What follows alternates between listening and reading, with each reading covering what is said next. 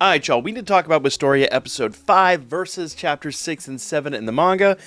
So let's just jump in, let's not waste any time. Now, first of all, if this is your first time here, make sure you guys hit that subscribe button. We've covered all the episodes, most of them at least so far. There's maybe like 2 or 3 stragglers I've got to catch up on, and then we're going to pick up on the manga. But I said I wasn't going to do too much. Let's just get into it, alright?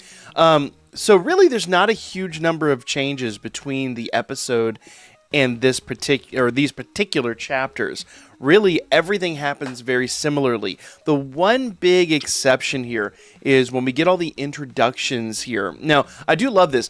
All of these shots right here, once again, and this is one thing I absolutely love. I've watched a lot of anime and I've read a lot of manga, and it's beautiful to see series treated with such dignity and respect nowadays, where they're literally going out of their way to recreate scenes from the manga, like almost, if not perfectly, most of the time in this series. There are a lot of series that are loosely based on the manga or things like that, especially like, in the distant past, 20 years ago or so. But now, these are really just so incredibly close. The one big change they had here, and this was a massive change, is that as all the elves are kind of like getting ready to do their thing, the one thing I did like here is between these two sequences in the anime, and I'll get to the elves here in a minute, because I got distracted, I forgot to mention this. Old girl here, you see her change. Now, in the anime, you see her actually tie her hair up, you actually see everything happen, and then her voice changes, and she kind of goes into that, extra persona that she's got. But here, you almost see, if you go back to the few pages, she's very serious here and very lighthearted looking here. They're two distinctly different personalities, and I love it.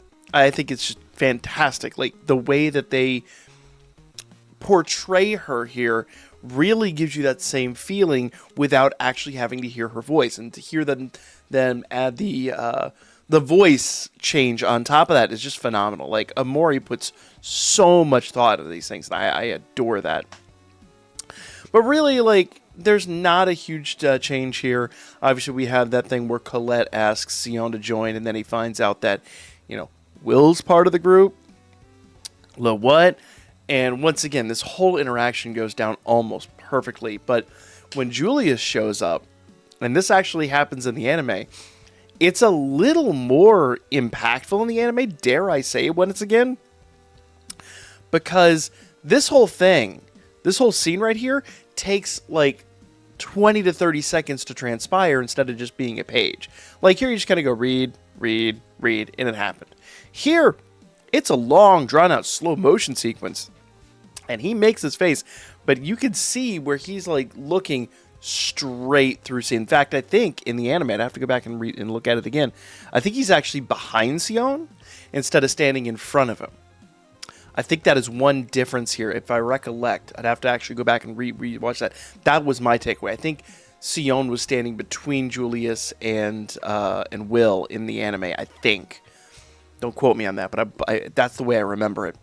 And that's when he says he's not even looking at me. Like, it's just like he sees straight through him. It's fantastic. If I'm wrong on that, I'm wrong on that, but that's the way I remember it. And I think, because I did go back and rewatch these together, but it was all like a couple hours ago.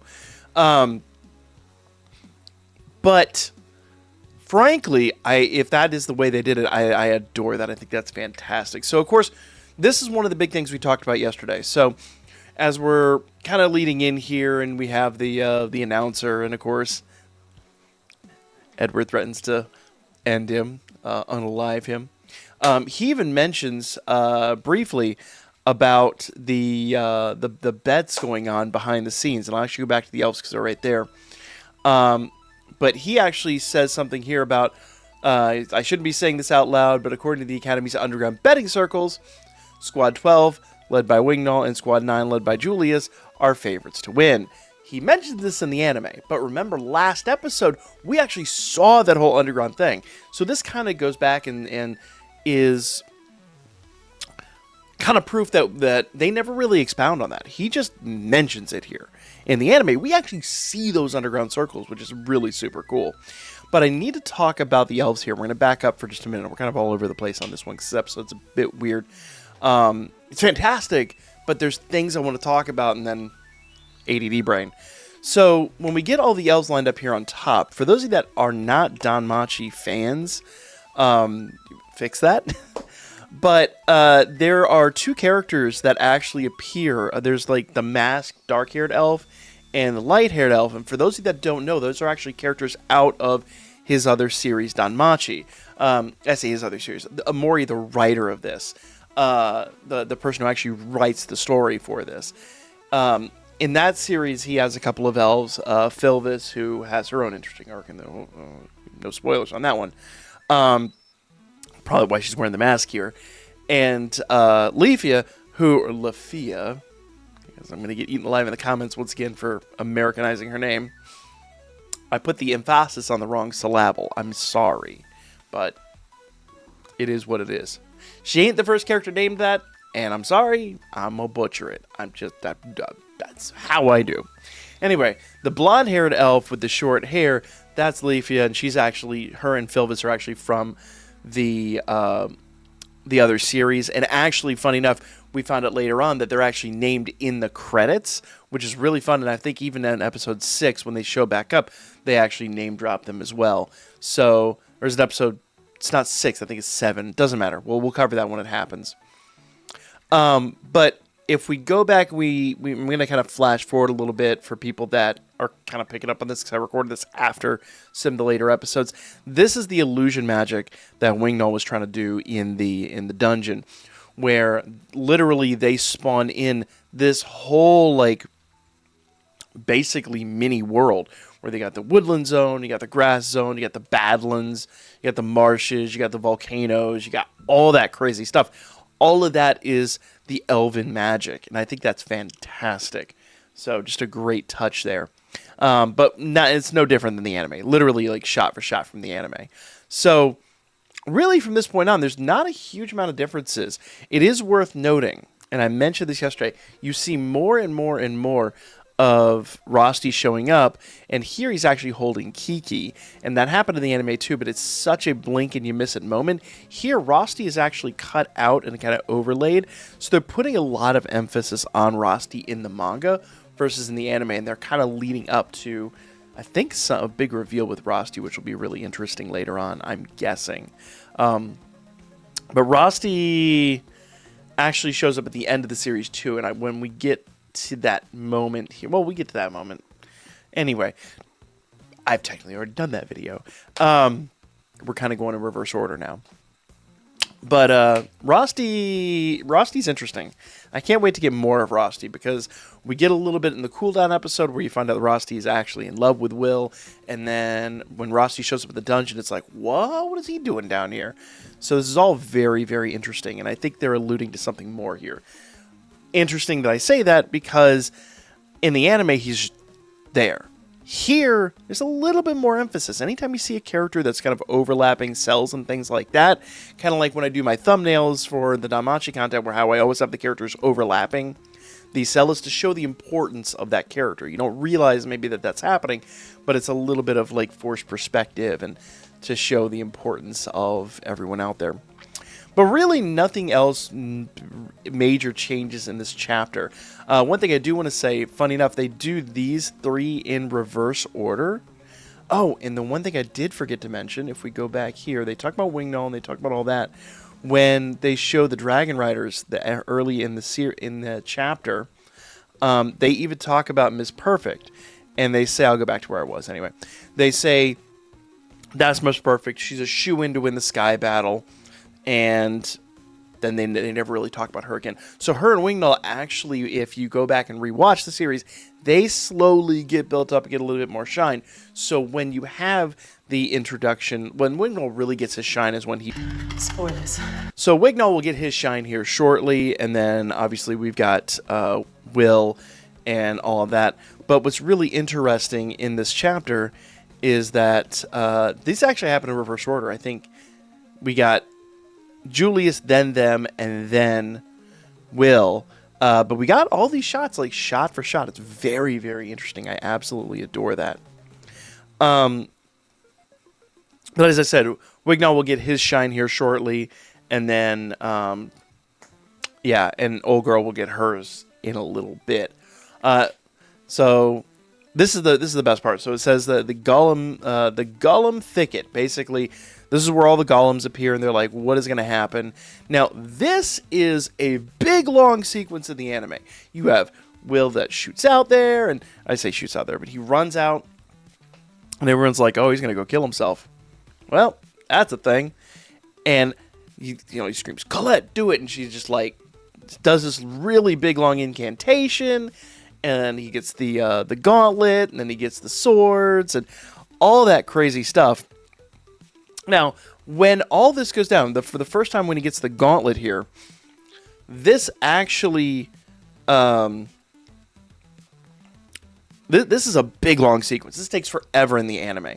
And here it's just a couple of pages, but it has this just insane great impact, and I love it. I absolutely adore what they did in the anime with all this. It's fantastic.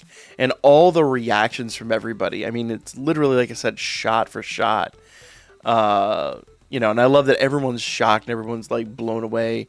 And then you've got Werkner, who's just like, this is inevitable.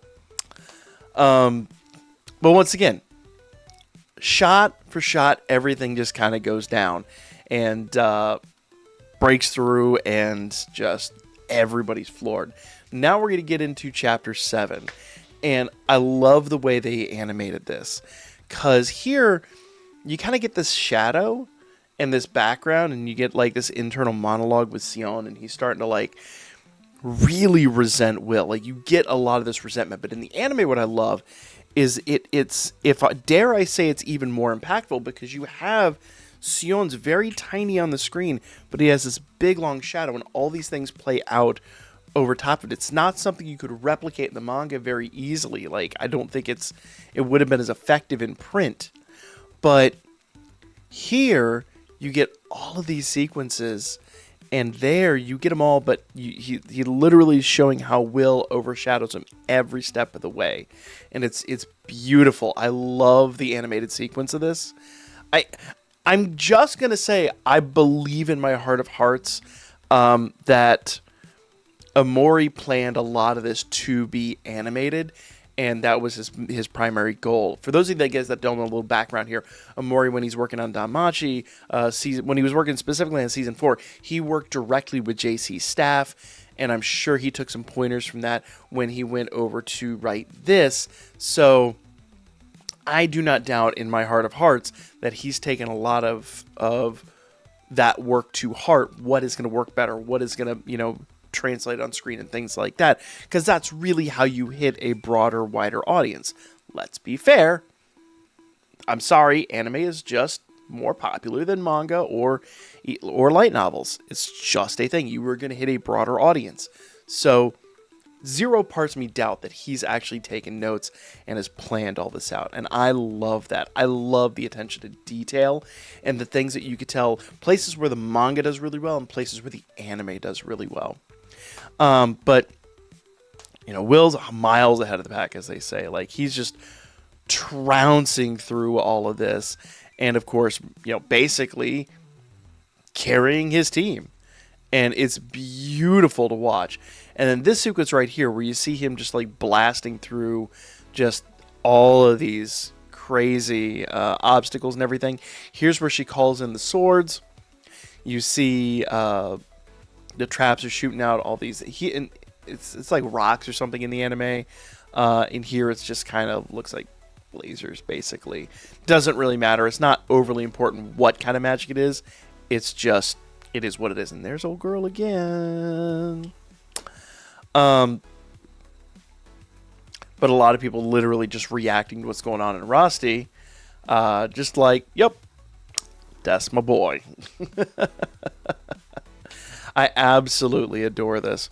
And in the anime, I just want to say, this part was brutal. This part was absolutely brutal. So you have these plants that just kind of start whipping up students and literally just eating them.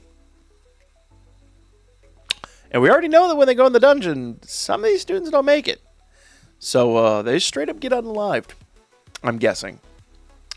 I mean, they don't really like... They even say this year's obstacles are as brutal as ever. So, yeah, folks just straight up get eaten unalived by magical plants. That be a thing. And this sequence is really gruesome in the anime because, like, they literally just pick them up and just womp.